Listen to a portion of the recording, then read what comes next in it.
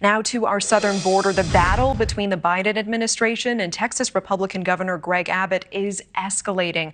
The state's National Guard blocking U.S. Border Patrol agents from a crucial boating ramp in Eagle Pass. We know 3 migrants drowned in the Rio Grande after help could not reach them in time.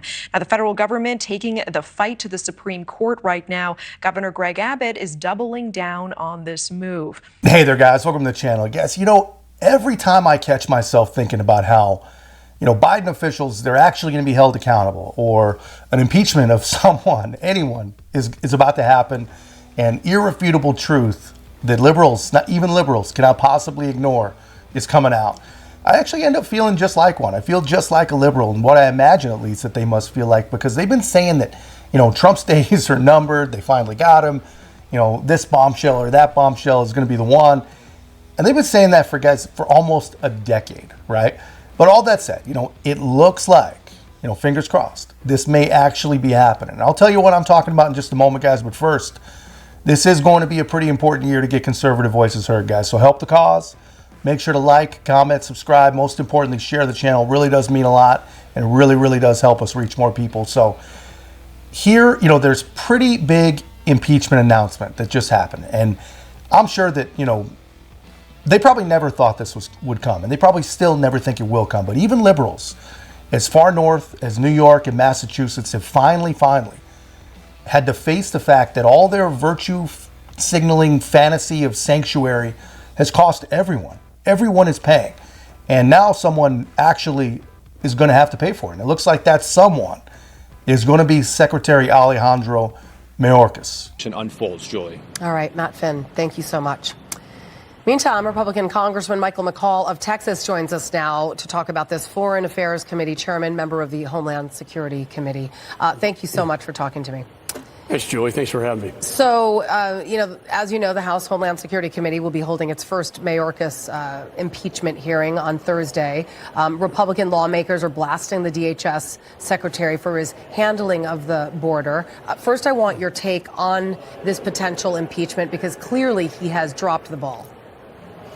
Now, clearly, and if you look at the founding fathers when they talked about impeachment, they talk about abuse of power, dereliction of duty. Mayorkas on day one rescinded remain in Mexico. That means instead of arresting, detaining, and removing illegal aliens, they have released them into our society by reinstituting catch and release. This has caused injurious harm to the fabric of America. We have 8 million encounters at the border with no legal status. We have over 300 on the terror watch list who have come into the United States. And we have 150,000 people, mostly young people, dead now because of poisonous fentanyls going into this country. That alone, I think, is worthy of an impeachment. And we intend to go forward with articles of impeachment and impeach him by the end of this month.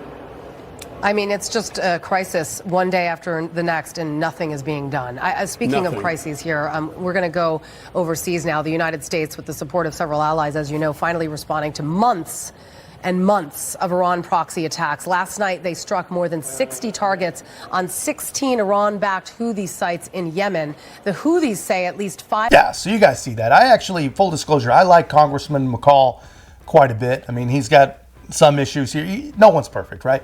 But he's absolutely right on this. If there was ever someone in dereliction of duty, it is Alejandro Mayorkas. And actually, as I say that, you could probably put on a blindfold and pick and find some derelict in the Biden administration, all through Homeland Security, all through the Pentagon.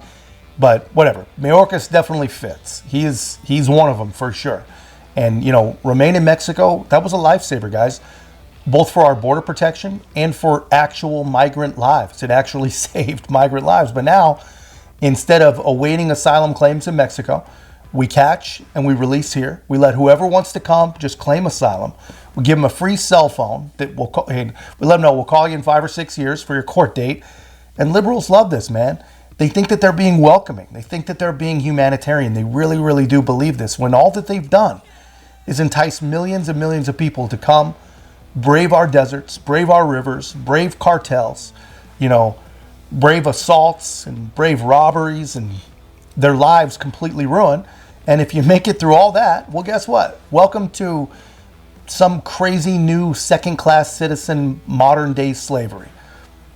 That's what you get. Real humanitarian. That is the opposite of what they claim that they're doing. I used to believe that the only way to make a liberal truly see the light, was to give them let them have the ridiculous policies that they beg for. But now those policies are literally killing people. So we have to find a way to stop them. But that's just my take, guys. Good news. Let me know your take in the comments. And if you haven't already, guys, make sure to like, comment, subscribe. Most importantly, share the channel. I'll see you in the next one.